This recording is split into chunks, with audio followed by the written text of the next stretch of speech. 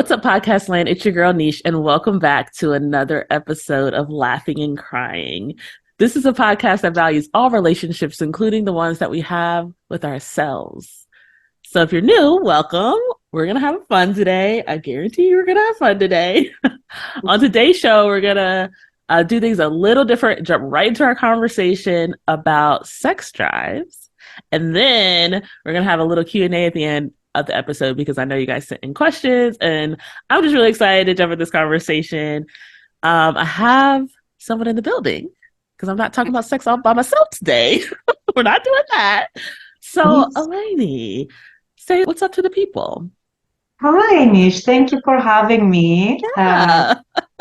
So glad to have you. And I know a lot about you because we've talked before and we've conversed, but the people don't know very much about you. So if you want to share a little bit about who you are, what you do, I'm sure they're super curious. Okay. So my name is Eleni Economides, and I'm originally from Greece. That's why the name is long and it sounds Greek to you. So I've been in the United States for almost 19 years now, and I came for my master's in marriage and family therapy. So I am a therapist. Yeah. I see couples, and I'm also a sex therapist, a certified sex therapist. I love it. And I do sex therapy and relationship therapy. I have a private practice and located in upstate New York. And I'm also a certified life coach, but I specifically work with women that experience low libido after having children. I mean, low libido in general, but specifically after having children. So I'm also a sex and intimacy coach. I love it. I love it. That's why we're talking about sex today. I know we're talking about sex today. Guys, get your Cheetos, get your glass of wine, whatever you got to do, because we're talking about it. We're going there today. I love it. You're a sex therapist. For the people on podcast land, what the heck does that even mean? Because I know you get a lot of misconceptions about what you do, I'm sure.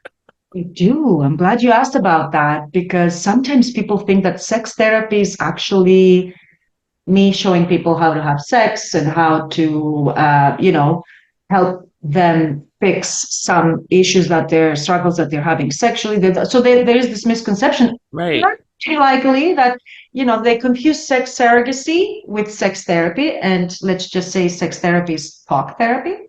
Okay. Let's get it straight. It's talking, guys. There's nothing else going on. It's just talk therapy. And it's for people and couples that experience struggles in their sexual relationships, in their sex lives. Usually something is not, going the way they would like it to, and they need help to understand what's going on and what to do to make it better, to feel more satisfaction, more pleasure, to sort of get back on track with experiencing what they want to when they're having sexual intimacy. Okay? I mean, I'm so happy that I knew about this concept through another podcast. So I was definitely fortunate. I know a lot of people don't even know that this exists, that you can get help here and that you can have someone like sit you down in a couples setting and talk through what sex drive is and what libido is and how to change it, how to fix it. And some people don't even know what libido means. Okay, yeah. Yeah. In my world, this is like all I talk about. Right. Sex and, sexual stuff is all I talk about with people. So let's go sort of back. I think, people not knowing what sex therapy is sort of limits their options. Right. But also I want to, I want to touch on how much shame and how much of a taboo this issue is to begin with for people, that even if they knew that they have the option to receive sex therapy, they might not do it because they feel that, there's something wrong with them and other people don't experience this and it's too personal to talk about it, and people, the therapist or the person is going to think that they are weird or right. Because libido is literally like your desire, right? So yes. So libido is your sexual energy, your sexual desire. Okay. In the broader sense, libido is just your energy for life. Okay. Okay. I didn't even know that Yeah, part. yes, but more specifically in the sexual world is is your desire for sex and your appetite for it. Okay, so what people don't know is that there is two kinds of libido. Okay. Okay. Most of us think of libido, sex drive as something that's natural, Yeah. that it is, biologically determined by your hormones, and that's half the truth. Okay. Right? You need the Yeah. hormones to for things to work properly, right? For your brain Right. to send a signal to the penis or your vulva to get an erection or to get wet, all of that, you need that.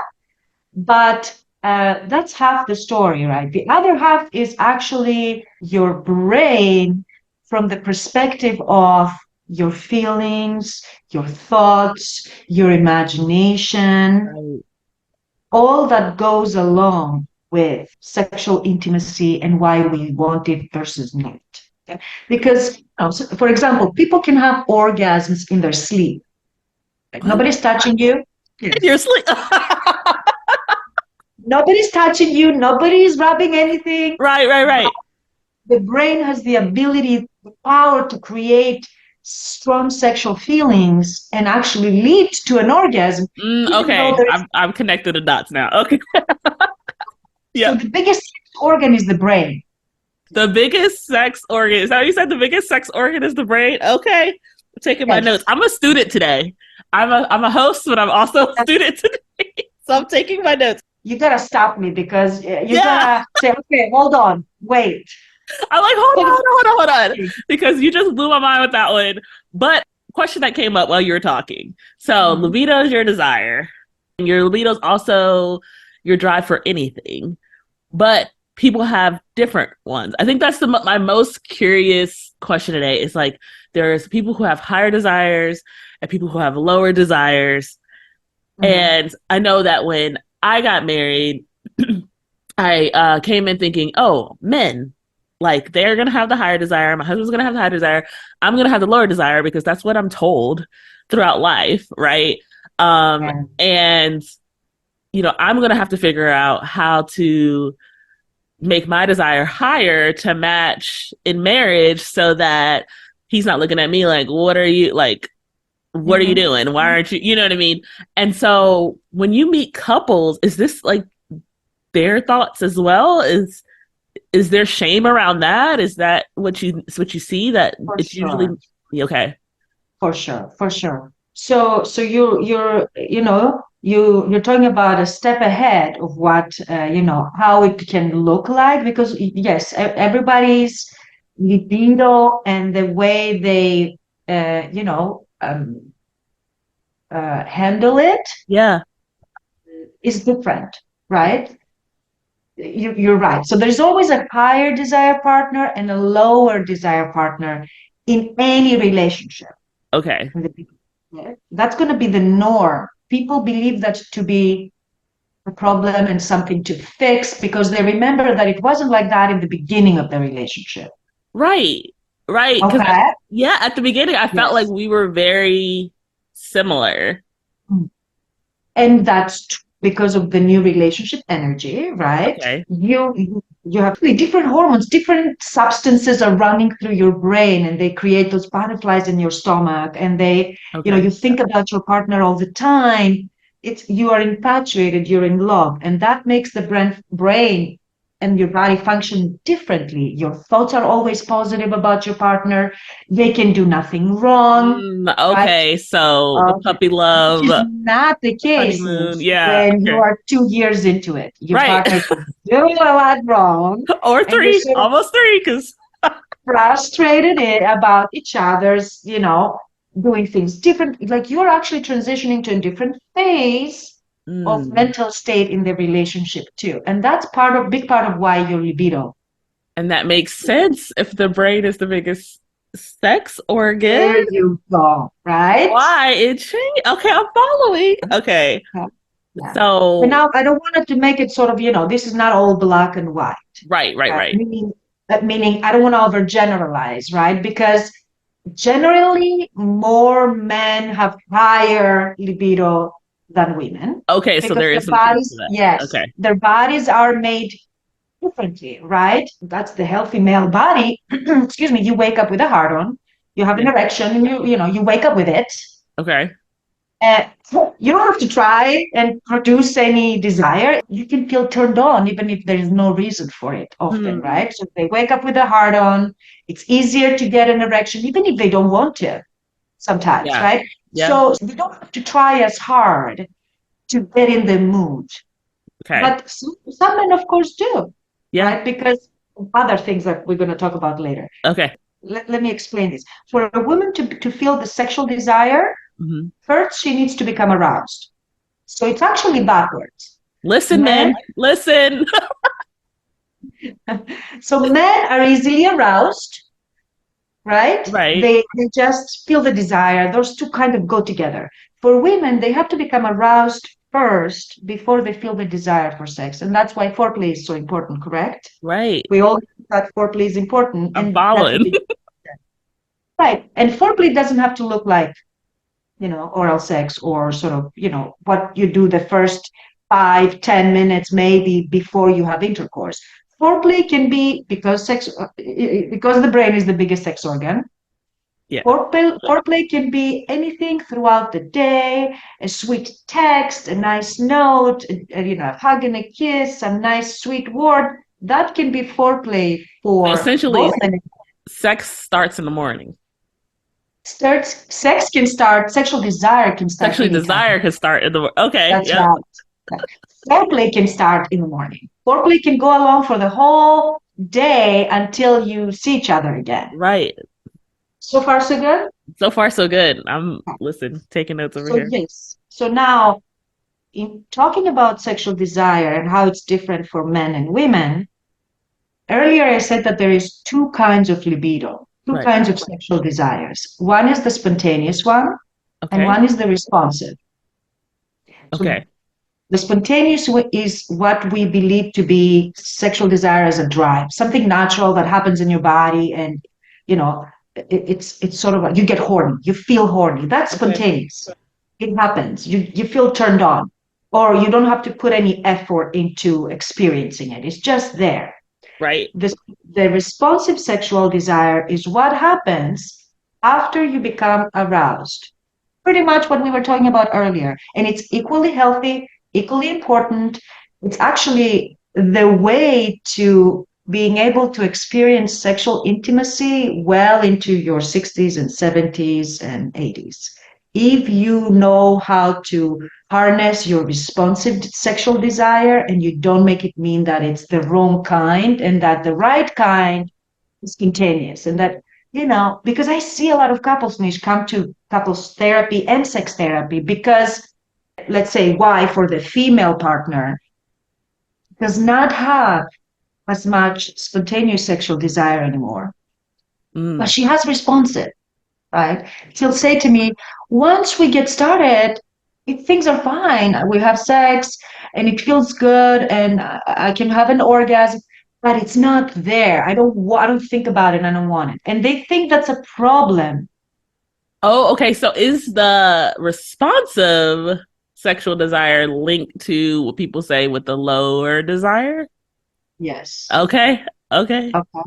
I'm But following. people get stuck in the shame they feel about it, Yeah.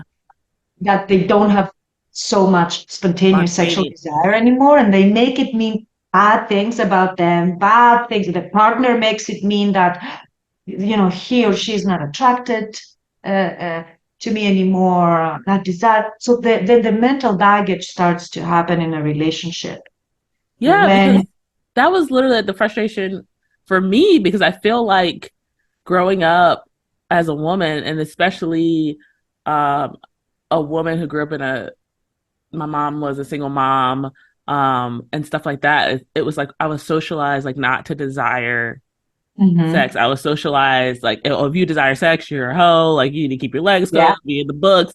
And I was socialized to be desired. So I jump into Mhm. this marriage where I'm like, okay, this is how it's gonna go. I'm gonna be desired. Mhm. He's gonna desire me because men are socialized to desire. Men are socialized to like Yeah. chase women, and that's good. That means your body's breaking. That means you're quote man and all of this. Right. And so I get in the marriage where I have more of the, I guess I'm learning spontaneous desire. Uh-huh. Look, I'm Mm-hmm. learning. And it did bring shame because I guess on his end, he's feeling the shame of not having the spontaneous desire Mm-hmm. and then the pressure. And then I'm feeling like, Mm-hmm. oh, okay, what's wrong with me? That Mm-hmm. I'm a woman and I Mm-hmm. have this higher well, it feels like a higher desire. It feels like I desire sex more, which I'm assuming is false. Um, Why do you assume that it's false? I don't know. I don't know because he may have responsive desire and it could be the That's same right. level, you That's right. know? That's right. Like when people start to like get in their heads about what it means and what my Mm, partner might think about it, they yeah. don't get to the point where they can find a way to balance it and sort of come up with a plan for how to take advantage of the responsive desire that the low desire partner might be able to experience, and the higher desire partner to not take the other person's lower desire personally and make it about them Mm, being that, that there's something wrong. yeah. So the Okay. shame is coming from thinking that it's something wrong with how I, Believing in those myths that you just described, yeah, believing in those sort of like, those perceptions that men are always ready to have sex. yeah, They're just, sexual, savages. Their mind is yeah. always thinking about sex. Right. There is some truth to that. Like men might be more interested in sex than women, but it creates so much pressure on them to look like that, to Mm, be like that, and to sort of experience shame when they don't. And for women, yeah, the opposite, right? Like you said, you shouldn't really want sex that much because if you do, you might be a slut. Like you yeah, really like sex that much, there might be right. something wrong with you because you should be like pure. It depends also if there is some of like a religious background to this or some sort Right. of oral code by which a family goes around sex. But Yeah. certainly, women's sexuality is suppressed, Yeah. I right? agree. It's suppressed. It's considered somehow dangerous. And that's what women are, the message that they receive, both from usually family but also from school. Meaning the sex education system is so kind of insufficient, I think. It touches only on the points of like safety, how to stay safe. Right. You have sex, you might get pregnant and you might get an STD. So best way to, avoid those are to not have it because sex is dangerous, right? And if you're gonna have it, slap a condom on, and that's about it. Yep. Yes, yes. Nobody talks about why have sex and what's good about sex, how what to be Yeah. careful of, how you can, experience more pleasure. What like nobody educates you about that. You have to figure that out on your own, usually through Yeah. pornography, sort of, online education, which that's where another problem starts, right? It's not the And best education, and even for the people out there who do have faith, because I am a woman of faith and believe in God and all of that. It's like the reason I got so excited about education about sex is because it's like ultimately you believe in God. God made it. He made our bodies. that's right. And so like the reality is it's like there shouldn't be shame around being educated on how we were made. And God's unconditional love, by definition, is like you can't do it all. Like Yeah. if you desire sex, this is not a that Yeah. doesn't make you unlovable or unworthy, Right. right? Yeah. Like normalize sex, man. Yes. So we know now there is responsive and spontaneous desire, Yeah. okay? And oftentimes low libido is what people believe to responsive desire to be. Yeah. They think they That's have low weird. libido when they have responsive sexual desire and they Which just means they stop. just need a little, like, they need encouragement or pursuit. Is that Uh, accurate? or they also, you Okay. just, you just pointed on the other kind of component of how things become a problem sometimes, right? Okay. That your partner is responsible for your sexuality, like to turn you on. Is he not? You're challenging everything I know. Okay. I'm ready for the challenge. I'm Well, ready. Okay. do it together and you're in this together. But if you make your partner responsible for your sexual desire, you're outsourcing something that you have more control over with your own mind. What I mean by that, Niche, Okay. is that, when we're outsourcing our desire and our sexual pleasure, it's sort of Okay. like whatever our partner does, it's either going to do it for us or not. So sometimes we don't ask for what we Okay. want. Sometimes Okay. we don't talk about what's better for us. We just sort of like, oh, I wish he or she did that. I wish, he doesn't know what I like, or I don't Mm. want to. Okay. But Okay. we still put the responsibility on them. We don't use what we know about ourselves, or we're not even willing to try sometimes because of that shame to explore what we like. Okay. But it feels like our partner is the one that's responsible for our lack of enjoyment because they're not doing it right, or they're not hitting the spot, and they're So like not communicating during. not communicating, and also believing like you shouldn't have to communicate and your partner should Mm. kind of know. Does this also apply to, okay, let me give you a scenario. So Mhm. your partner come home. This has nothing to do with me. This is not my example, guys. So So you it got a may, lot of questions, right? You got a lot of questions and people give you examples. right. So your partner come home, you're both kind of like off of the work day, your mind's not necessarily on sex, and each one of you are like waiting for the other person to Mhm. initiate, or Mhm. assuming that if the person doesn't initiate, then they don't want it, so you don't try. Are you Yeah. also saying that you're outsourcing your desire by not asking, Mhm. or by not initiating because you're assuming, hey, okay, I'm the one that like is the quote higher desire or the spontaneous. So if I ask, I feel like I'm bugging you because you are usually the lower or the more responsive, and I don't want to feel like I'm getting turned down. So I'm like, I'm gonna wait for you to initiate. Is that also outsourcing? You're talking about the higher desire partner, right? Yeah. And it is outsourcing your sexual satisfaction, Okay.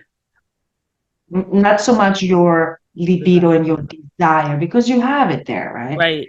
But it's sort of like this mind reading that goes on in this process. Okay.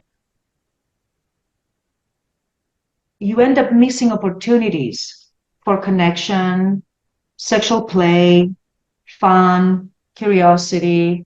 You end up missing opportunities that could have led to sexual intimacy because Ah, now you decide you're not gonna initiate, you're not gonna say something, you're not gonna try something because you don't want to put the other person on the spot. Maybe you don't want to, do you see what I mean? yeah.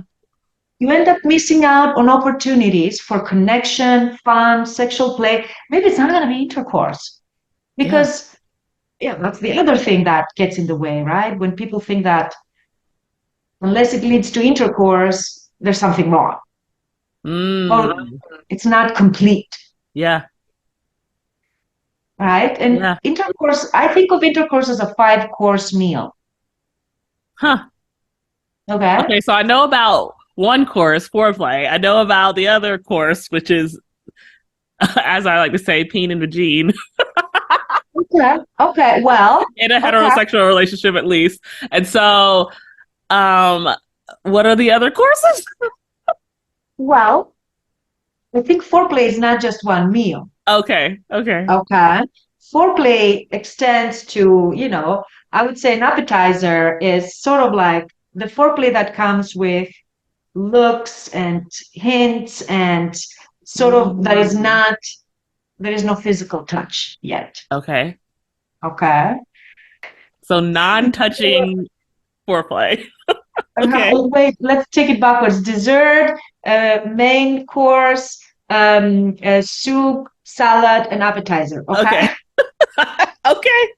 I didn't thought about it. Is it five or is it four courses? Maybe it's four courses. But you have your sort of general sexual energy and sexual play in that way. Then you have the sexual touch, which can be, oral sex. Oral sex is sex on its own. Okay. It's perfectly fine sex, but a lot of people consider it foreplay. Mm. Okay. But anything that leads to sexual pleasure and climax is sex. Okay. Intercourse is one way to have sex. It's the most commonly thought as the right way or the sort of, normal or the sort of best way, Right. which also puts pressure because if Pressure and somebody pain. doesn't want Yeah. to have that four-course meal with has like sexual foreplay, not just affectionate foreplay, sexual foreplay, intercourse or main thing that leads to the orgasm. And then the dessert is what happens after. Huh. Okay. Which, What? Wait. Wait. Hold the phone. What happens after a lady? well, a lot of people don't have dessert. Right. I clearly. A lot of people don't have dessert. They don't lay together after. Okay. They don't Okay. take in what just happened. They don't, even because what just happened sometimes is not what they expected would happen. Mm. The sort of mind-blowing orgasm that we both are coming at the same time, and there is Right. stars, and thing didn't happen, and it's sort of like I don't know now what to say or do. Let me get up and clean up. Okay, Okay. but you can have dessert even if there was no fireworks. Yeah. Care of each other and sort of reconnect after whatever ended up happening, whether it is a mind blowing orgasm, whether it was a kind of orgasm, whether there was no orgasm, or even, you didn't feel like you could finish. Okay. Okay. Because somebody's mind was not relaxed enough, you couldn't stop thinking of the laundry, the kids are knocking on the door, or someone lost their erection, or something happened and just didn't finish. Yeah. Okay. So, what happens in your experience with the couples you work with when they don't have dessert? When they're Mm. not practicing having dessert? um, they sort of are left with the mind reading that happens. Yeah. They make meaning from the ending of a sexual encounter Mm. that usually, I mean, I'm thinking now most of the times where things didn't really end the way They wanted that to. they Right. wanted to. And then they're sort of left with some sort of uncomfortable feeling or some sort of emotional discomfort, shame, rejection, just feeling not Yeah. good. And then they carry that to the next sexual encounter. Uh, Mm. and they carry that to it impacts their excitement for the next sexual encounter. It starts to create anxiety about how it's going to be the next time, because if the same thing happened, nobody wants to really feel that, right? Yeah. So if Yeah. I think the same thing is going to happen or could happen, it starts to impact people's Right. desire for intimacy. Right. And then it just trickles down to creating less exciting interactions, less desire for intimacy. And that's kind of like how it snowballs into people not having sexual intimacy. That's right. Having Mm. sexless Marriages. marriages, relationships, because they don't know how to like do the dessert part and sort of reconnect and not make this, just because people have a hard time. I should say dessert time doesn't always feel great. Yeah. See, they tell you not to eat dessert. She's telling you eat dessert. And I like this message. I like this message. So, okay, so in that, for the people who don't really know how to engage in that time, the dessert time, what should be happening? I know you mentioned like laying together, trying to reconnect, but if somebody doesn't really know what that means or hasn't been practicing it, like what could that look like? Hmm.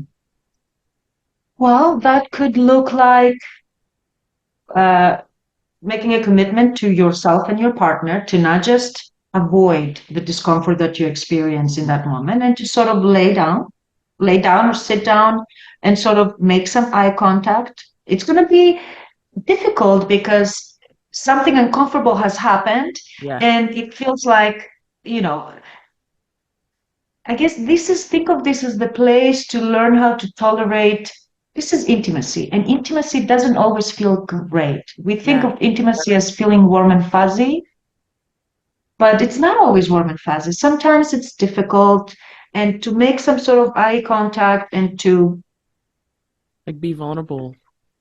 to be vulnerable and think that is the most difficult part to do, and that's why people don't do it, okay? Mm, But once you start getting better at it, it makes everything else yeah. better. Because it's natural Because to do it when you both people feel good because there's like you start to be able to have compliments or whatever the case may be, but when it something doesn't go well, it's kind of like what do you say? so I think I'm getting into an area that is often when people come to sex therapy, that's the part that we're talking about. So I don't want to give the impression to your listeners that because they're not doing the dessert part, there's something wrong. Okay, Okay. Because you don't have to do the dessert part. okay, okay. Okay. Please don't get this wrong. There's nothing wrong if you don't do the dessert part. But all I'm saying is intercourse, because we started talking about this as if you don't want to have a 5 course meal, Mm, right? What else is sex? And how people sometimes stop themselves from engaging sexually in anything because they're not in the mood for a 5 course meal. okay, You know, the level of intimacy that people are not always, they don't always have the mental capacity for, and they know it. And when they think that intercourse is the right way to do it, then they will sort of shy away from any other opportunity to connect sexually, to be playfully, sexually playful with each other, to sort of, have some foreplay, to have some, I don't know, roll around naked and have outer course right, and make out for 10 minutes and just not do anything else. right, Imagine if you could just like say, I want to make out yeah, and just not put any pressure on yourself to do anything else because you don't have the privacy right now to have intercourse. right, So you're just gonna go and make out. That would be cool, huh? yeah, To sort of not have to worry about we can't take it all the way. So what's the point of doing this? right, right. Which is what I feel like a lot of when you get into that cycle, right, of not having sex a lot because you're not ever doing the 4 course meal, I Mhm. think people start to get in the mindset of, okay, well, this is an opportunity. We got to at least get to the sex part, or else, like, what's going on? Because we don't get to the sex part. But I think it's Mhm. really cool what you're saying as far as like, there's nothing wrong with you if you don't do the 4 courses, if you don't do everything at Mhm. once. But what it does do when you do it is it increases your sexual intimacy or your intimacy in general with your partner because Mhm. it fosters emotional connection and it fosters, like you said, playfulness and connection and all of these things. So Mhm. if you're looking to increase intimacy within your partnership, doing affectionate foreplay and Mhm. sexual foreplay will help you to foster that correct connection. Am I on the right Mhm. track? Yes. Yeah. Okay. It helps to sort of like know that you are okay, even if you don't have that fireworks Yeah. situation happen every time you connect. Got you. Yeah. that I, intercourse does not have to be part of every sexual interaction. yeah, I think that makes so much sense. Like when we focus only on that part and we never Mhm. talk about or have that reconnection at the end, or we don't ever do the affectionate foreplay. Because I know, at least for me or for a lot of couples, I can think back in my mind to other people that I talked to about this subject, and they're like, "Yeah, we used to make out all the time when we are dating, Mhm. but now that we're Mhm. married, it's like that's just not a Mhm. thing, or it's just a thing to lead to Sure. having sex, and it's short and cut off, and you don't build up to that anymore, right?" And so Mhm. I know a lot of Mhm. people are like, "Hey, I want that like that affectionate that we used to have." And all you have to do is actually do it. But how do we Oh, do it? Because we don't know how. we know how. Well, the one thing that gets in the way is our discomfort with our difficulty tolerating and discomfort, Yeah. right? Because all you have to do to really bring that part of the relationship back, making out, is you have to do it. Okay. You might not feel, that's where people get confused because they think that that means that we're gonna have to have sex, and I'm not in the mood for sex right now. So why make out? Yeah. Because I don't feel the spontaneous desire. And if I don't feel the spontaneous desire, I'm going to give you the wrong message that if I Hmm. make out, you're going to think that I want to have sex. Right. And I know Right. I'm not in the mood and I don't want to give you the wrong message. So I'm Right. not going to. So that's mostly for the low desire partner, all the Yeah. ways they avoid intimacy and closeness and connection because they don't want to give the wrong impression often to the high desire partner that they're ready for sex and they feel horny. Yeah. That makes So sense. they avoid it and they miss out on so much. Couples miss out on so much connection because of this kind of fear of, I don't want to lead you on to something that I'm not up for. But if you can have the desire, meaning that ability to sort of be okay with like, okay, yeah, this is Yeah. just make out and take care of disappointed feelings and sort of Like talk. learn that part, Yeah. then actually having just dessert can be better than foreplay sometimes than the main course. Yeah. I'm like, I don't know what's much better than foreplay. No, I'm joking. I'm joking. I'm joking. But okay, so if you're the higher, so I'm in my situation, I'm the higher desire partner. And so if I were to go into that situation, I'm like, okay, we're just gonna make out. Would dessert be like literally like vocalizing that? Like, hey, I want to make out. It doesn't have to lead to sex, but let's just make out. Do you What's think wrong that, with that? Yeah. yeah. Is that more comforting, or do you, in your opinion, do you feel like it's more comforting for the lower desire partner to say that? Yes. Yeah. Mhm. Yes. Yes. It's sort of like, it doesn't matter what happens. I just want to connect with you. I just want to make out. I just want to be close to you. I want to feel playful. And my intent is not to take you to bed, whatever Yeah. you want to call it. But I would just want to make out with you. And maybe something, maybe things will happen and maybe we'll end up there. You don't have to say that, Say but you that can part. say Yeah. maybe we'll end up there. Because when that happens, Nish, it, it's sort of like removes the stress of Yeah. my partner is really just expecting this, like, and I have to perform because if I don't perform, then Mm. it's going to feel What does that mean about terrible. me? And what does that mean about, Yeah. yeah. Yes. So it removes the performance anxiety, this sort of like declaration of no need to worry about anything. This is just you and me.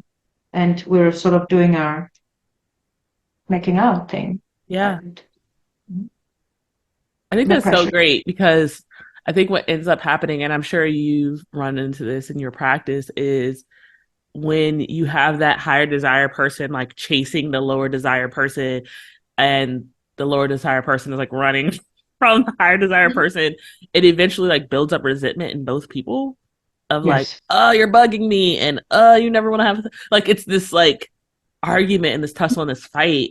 And what Mhm. you're saying, which I love, is like to start to not think that there's anything wrong with you for Mhm. having that higher pursuant or even like you said spontaneous desire, and nothing wrong with your partner for having a quote lower or what was it, responsive desire, and just Mhm. saying, hey, because I have this desire in this relationship right now, this is what I need, and because they have this desire, this is what they need, and if we're responding to each other's needs, Mhm. then we ultimately both get what we want eventually. Definitely more of what you want. Yeah, yeah. I know, More of right? what you want rather than, none of it. Yeah, Yeah. that makes so much sense. And I love that. And I never thought about it that way. We think we're doing the right thing. And then it's like, somebody's like, actually, Yeah. you're doing it all wrong. If we knew we were doing it wrong, we wouldn't be doing it wrong. Right. Yeah. Yes. Yeah. Yeah. Or, wrong, like it backfires. That's the kind of wrong it is. Yeah. So for the people, I know I don't really have a lower desire representative here. Well, I know your story is sort of, you were more Mhm. of a responsive or lower desire partner in your relationship.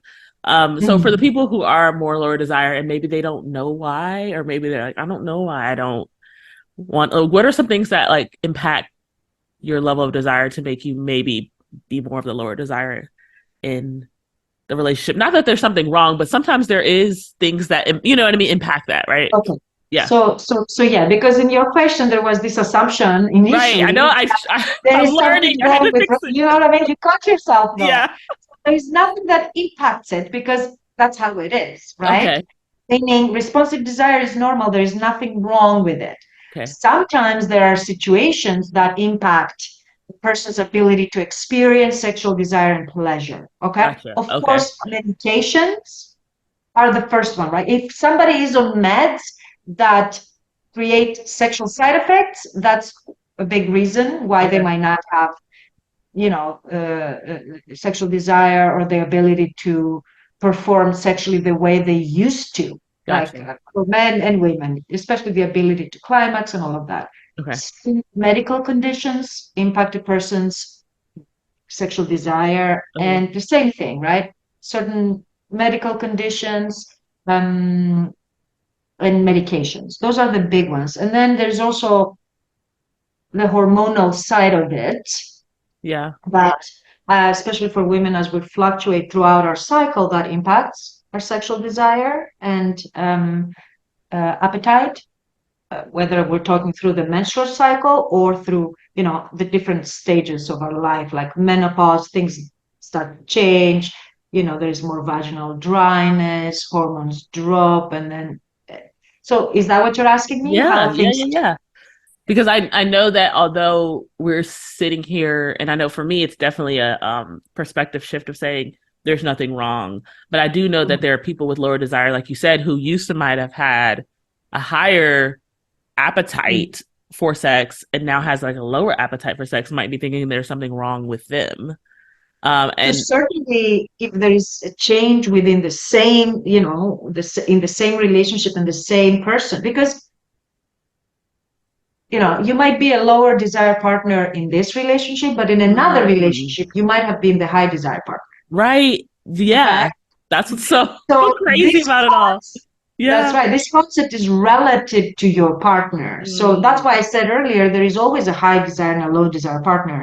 And it depends on the dynamic. It's not that you're always the high desire partner. Maybe you happen to be always the high desire partner in previous relationships too. But if it starts to change, I always have my clients, get a clear medical checkup, yeah. okay, and make sure that everything is working properly, their hormones, their thyroid, all of that is good. There's nothing really going on because I don't want to scare people, but for men, their penis Hmm. is their biggest health indicator. Okay. Meaning, when things start to change, it's always a reason to check with your doctor because Mm, your heart is not working yeah. properly. It's gonna impact your penis. If your blood flow is not right, it's gonna impact your penis. And then if you start to think that there's something wrong with you, that anxiety and that fear that, Infect your penis. oh my God, I'm sorry, man. that I'm sorry.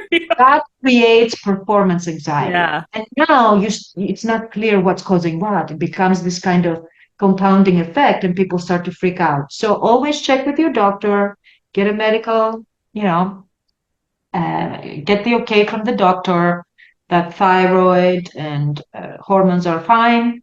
And then check, of course, if you have any meds. But, I'm not suggesting you stop your meds. You always need to talk with your doctor what other options are out there. Yeah. Um, and then we start to unpack um,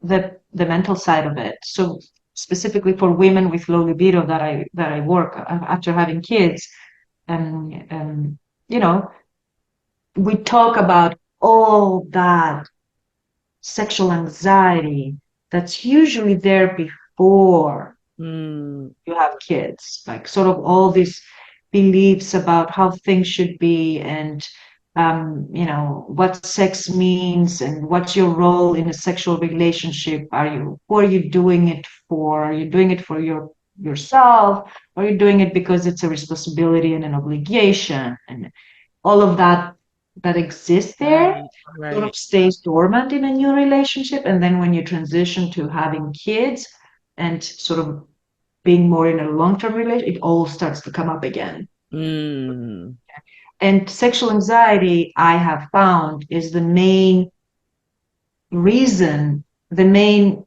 sort of the thing behind low libido for women. mm, Because there is such thing as low libido when it's not the responsive sexual desire. Are you following this? yes.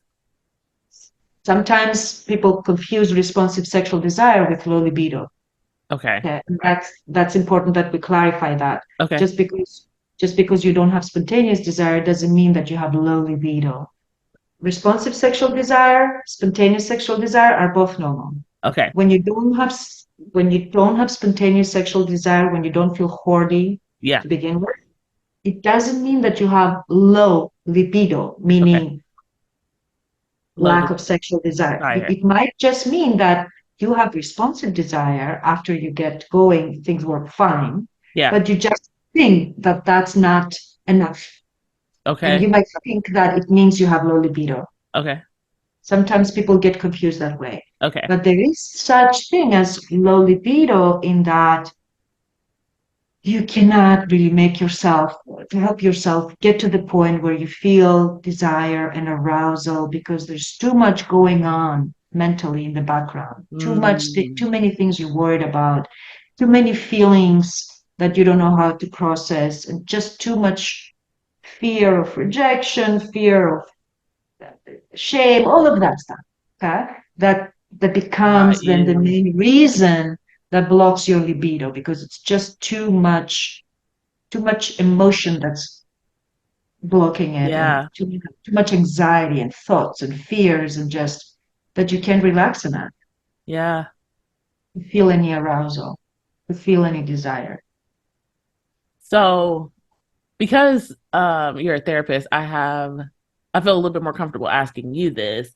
And I'll put like a trigger warning at the beginning of the episode, but I guess speak to the people who do have not only like the anxiety blocking, but also who've experienced like trauma or sexual abuse and how that plays a role in like what they can do to help themselves in that situation where they don't realize that that's impacting their sex life or their relationship with their partner. Or even that they're beginning to realize, maybe. Yeah. Okay. Now, I don't think people that have experienced sexual trauma, they don't, I think they know. They know. Yeah. They know. They know. They might not have processed it, talked about it, Yeah. worked on it with in therapy because they're not ready. Yeah. Right? But most of them know Okay. when sexual struggles and difficulties happen due to sexual history of sexual trauma. Okay. Now, of course, it's going to impact, right? Yeah. If it's unprocessed, it's going to, just going to happen, right? But sometimes. when people process their sexual trauma, Mm-hmm. I have to, I want to make sure this is not misunderstood. Yeah. Okay. Because a lot of people struggle sexually regardless of sexual trauma. Right. Right. Obviously, a lot of women have experienced some form of sexual violation. Yeah. Yeah. Um, some was more than others. That's considered trauma. When there is a history of sexual trauma or of some sort of violation, we want to put all the responsibility for our sexual struggles there Mm. when we might have struggled sexually, even if that sexual trauma was not there, Mm. because of how the sex education system and the culture raises women to think of sex a certain way. Yeah. So sometimes it's hard for this is a hard topic Yeah. to address because I don't want to invalidate or minimize how Right. important trauma can be, but also we're not helping ourselves when we give it The power. power Mm. that we also can take back Yeah. when we decide that we want to be why we want to have sex, why we're having it, why we want to be sexual beings, and what not we're not sort of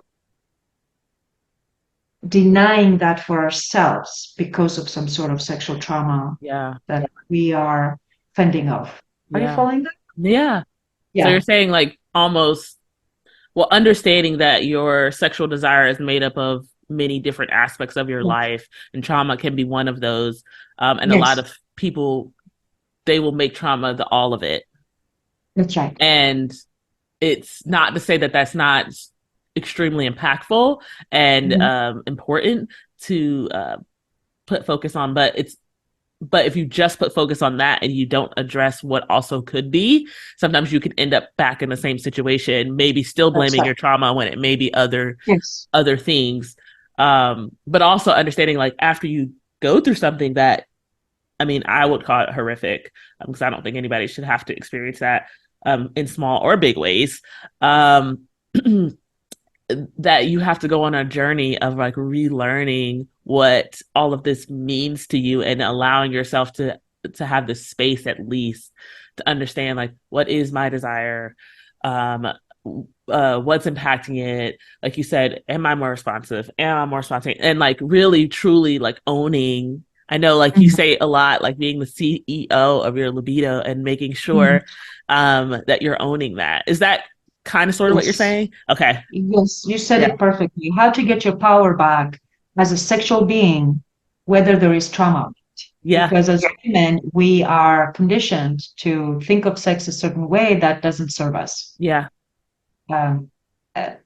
so, And I'm sure you would encourage definitely doing this in the presence of another professional therapist, and of yeah, course, and yeah. not trying to like tackle all that on your own. Like for sure, reach out to a No, professional. no, when there is, yeah, yeah, Yeah. when there is sexual trauma, that needs to be addressed first, and Yeah. then I step in as a sex and intimacy coach, where we can sort of unpack this relationship with, your sexual self and reclaiming your sexual power back, and sort of building a sexual identity and sort of lifestyle and Yeah. roadmap to pleasure that, is customized to you.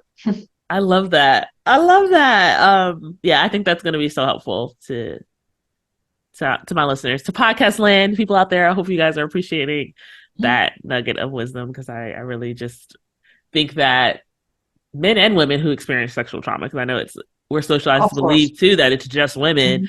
but men and No. women who experience sexual trauma, whether young or as an adult, it's like that there's no hope for them. And I'm like, there's hope for you. And I appreciate you just giving that Mhm. encouragement. Well, we have a couple minutes left, a little bit of time left at least, and I want to get into these questions. I All want to right, give you enough let's do time to it. be able to answer them. Mhm. So let's jump in. Um, so someone asked, and some of these might have already been answered throughout the episode. So if you just Yes. want to like reiterate, that's fine too. Mhm. One of the questions was, how do I increase the sexual desire for both of us? I'm usually tired, but I know it's important, which I know we Mm. kind of touched on, but if you just want to like reiterate Mhm. some of the things we've already said. Mhm. Well, part of what's going to help you increase your sexual desire is, not removing yourself from this belief that it always has to lead to intercourse, right? Mm, Because then that pressure makes it so you're like, oh, I could do like a little 10 bit. minutes of this and 10 minutes of that, but I don't want to bother if it's going to be an hour and I Yeah. don't have an hour and I'm too tired. So then that's how we are suppressing our desire, Yeah. right? We're suppressing it because we don't think there is enough time or energy left. And if you remove that pressure for the four course meal, then all of a sudden you'll see that maybe Yeah. I Like won't I can look make for out for energy 30 time minutes. for I can this make out and for 20 gonna minutes. yes. Mhm. So that's one way to think about this. Another way to think about it is that um, spontaneous desire does not have to always be present. If Mm, you know that you have a good reason to engage in sexual intimacy with your partner because that's important to know your reasons, right? Why you're doing it. Uh, and if you like your reason why you want to do it, to rely on your responsive desire and have trust that it will show up. mm. Your responsive desire will show up if you are willing to become aroused and to sort of engage in something that could lead. That's so good.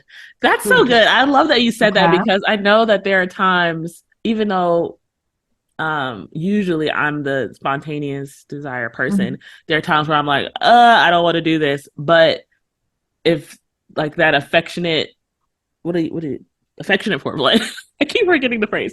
The Mhm. affectionate foreplay starts or something else starts. I'm like, oh, okay, now I'm in this. Now I am more into this. And so I love that you say like That's trusting your responsive desire that if I'm just open, then yes. it'll Yes. come. I love that. Yes. Yes. And it will come. And if it doesn't come, it didn't come. It didn't came. Then you Yeah. just stay playful affection and it doesn't matter. Yeah. Okay. I love it. And another thing, I guess, for busy couples that have, kids and work and this and that, I know people don't want to schedule it, don't Yeah. want to, because they feel it's not spontaneous. And if it's Right. not spontaneous, it's not, but I'll tell you what, it was never spontaneous, meaning Mm. desire was spontaneous, but sex was always planned. Yeah. Okay. Because you didn't just show up on your dates without having taken a shower and shaved. And all I'm saying, we all put a lot of work into going out on a date because in our minds we planned for sex. Right. So sex was always planned, whether it happened or not, right? We were prepared. And if you do more of this, you will see that chances are you're going to be more open to engage Right. sexually because you are prepared. So if you put it in your calendar and you schedule it, even if you don't declare it to your partner, okay, I see you at 4 That's p.m., good. okay, you can make that commitment to yourself that I'm going to be today at 4 p.m., Saturday, whatever, I'm going to be ready and I'm going to make an attempt and see what happens.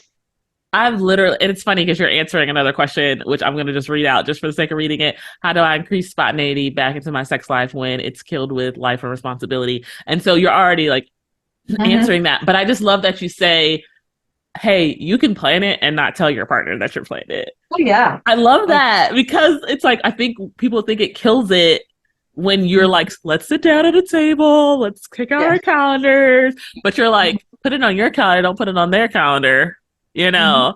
And you be in the mindset, like maybe that's the time where you're going to send the text, or maybe you'll Mhm. start in the morning sending the That's text and right. you'll make That's right. sure that everything's right and you showered and all those things. And then once you start to create that flow of your four course meal, if you listen to the whole episode, then most likely something's going to come out of that, even if it's not intercourse. That's right. I love And it. then that's going to help you next time because you're Yeah. going to be less anxious, less stressed about it. So the next time you're going to start to catch yourself thinking about, when can I do this again? Well, this wasn't that bad. You're going Yeah. to catch yourself starting to think about sexual connection and intimacy more often because it was a pleasant experience. It was fun. It wasn't at least bad, Yeah. you know, and it opens up the road for more of it in your Yeah. mind. That's so awesome because I think that all this time a lot of people have been playing like the short game and you're like, no, you need to play the long game. Like this may not end in an intercourse, but it's going to set you up for the next time. And then eventually it's going to lead you into both you and your partner having a more positive Mhm. experience and thought life with sex and intimacy and all of that. Mhm. Mhm. You're blowing my Yeah. mind. I just love, you're dope. You are blowing my mind. I love it. Okay, let's see. I think we have enough time for like two more, maybe. Okay, how do I have a conversation about increasing sex in my marriage if my spouse carries a lot of shame concerning sex?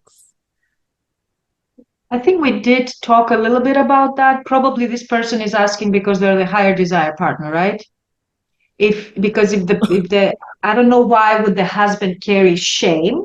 Okay, Sometimes husbands carry shame because they're the lower desire partner okay, and they're conditioned to think they should be the higher desire partner. So what kind of man am I if I'm not the high desire partner? okay. Right? So, yeah. So one reason men carry shame is that.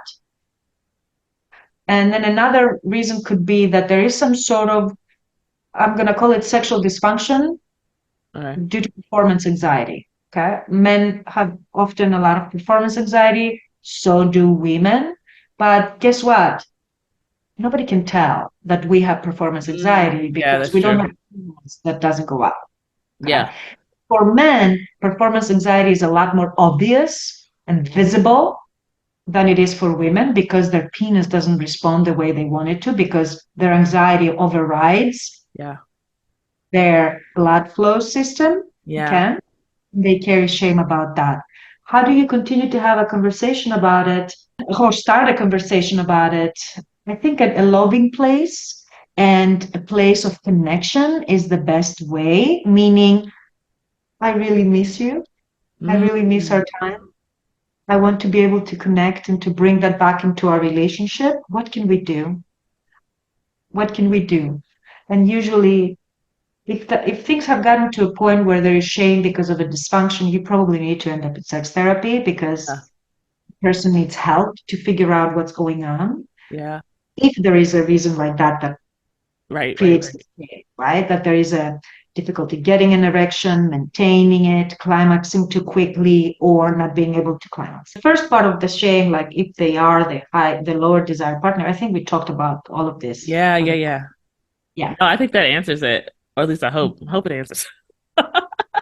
But yeah, I think that having conversations in general, because I was even thinking my a question that I had too, was kind of around the same, I guess, topic of conversation of like, okay, so I'm talking to you, my husband's not here, or maybe somebody's listening to my podcast, but their spouse or partner doesn't listen to my podcast, so they're like, okay, I'm learning all of this stuff. How do I get my partner to now hear this Mhm. and absorb this and understand what this is all about so that we're kind of on the same page? Like, I'm kind of thinking like, okay, how do I go back and talk to my husband? Well, I can just make him listen to the episode, but but how do you have Yes, a conversation? Yeah. yeah, I heard this in a podcast and it really reminded, like, it felt like it hit home because it reminded me of us. And I want you to listen to it too. And I think we can, some sort of collaborative Yeah. way to approach it that's not shaming and combative and, you know, in a way That's that's going to yeah. make the other person willing to engage because you have explained and talked about how you want to bring that back and experience it together and you miss it and you want it and Right. it's coming from a place of love Right. rather than judgment. Yeah. Okay? I love Yeah. that. You're so good. I'm so excited with all my new information. You guys are going to be sick of me because I'm going to be posting about sex everywhere. I'm not going to stop till everyone's educated. I love this. That's how I feel too, Nish. Yeah, I love it. Hmm. Um, yeah. Well, I would keep talking to you forever, but we could definitely wrap up. And I want to say, because a lady has definitely offered, if she is referred by the podcast to someone, that she does give a free session for that. So I want to give you guys an opportunity, for the people who are listening, to reach back at me on either one of my posts in a DM or private message and say, I am the CEO of My Libido. You will win this session with Eleni that she's giving away. And just make sure that you reach out to me and say that, and I will get back with you with that. Is that okay, Eleni? Sure, of course it is okay. Yay! Awesome. I'm so excited about that because somebody's life is going to be changed. Because she's great. As you can already see, she's great. So she's going to change your life. I promise. Um, okay. Is there anything else that you want to share with the audience, or? Well, I guess people can find some of this information on my website, and there's kind Yeah, of tell us where we can find you. resources there too, which the website is Okay. newintimacy.com. So there's also like a free masterclass that you can take on how to spark your libido. There is a free, challenge week on how to increase your sexual confidence. We So like people free. can sort of browse through and see what they can find that can also like shed some light into what's going on, especially targeted toward women with low libido after having kids. And certainly, I'm offering the free session to whoever reaches out to me through you. Yeah. Um, What about your social media handles? How can they find you? I have a Facebook group that is just for women. It's Confidence and Desire Reset. And of course, coach on Instagram. Okay. Yeah, Libido the Coach on libido Instagram. coach on Instagram. Awesome. Yay. Well, lady, you don't even understand how much I enjoyed getting to know you and having this conversation. Thank you for coming on the podcast and sharing all this useful information with us. I hope you had fun. Thank you so much for having me, Nish. It was Yeah. awesome. It was a lot of fun. Oh, Thank you. good. So, podcast land. I want to ask you how you feel. Not sure. I know it's a lot dropped on you at once, but relationships are tricky. And I hope you had something that you took away from this conversation that we had today. I'll post, let me know, respond to my stories, whatever you got to do. I want to know how you felt. And make no mistake, I would love to hear what you love most about this podcast episode. And if there's a topic that you're like, niche, okay, so you talked about sex. This is what I want to hear about next. Let me know. I am most active on Instagram at Unleash the Niche. I'm also over on Facebook. The podcast has a page on Facebook, Laughing and Crying Podcast. Also, as you know, if you want to engage deeper, I have Patreon, patreon.com/unleash the niche. And you can get the podcast early. You get the video version of the podcast, personal vlogs, and much more. You don't want to miss that opportunity. I think that's it. All I right. think we did it. You did. I love this. Well, Awesome. I love hanging out with you guys today. That's it. Maybe we can impact the world or something. I'll leave you with that. Mhm. Bye. Mhm. Bye.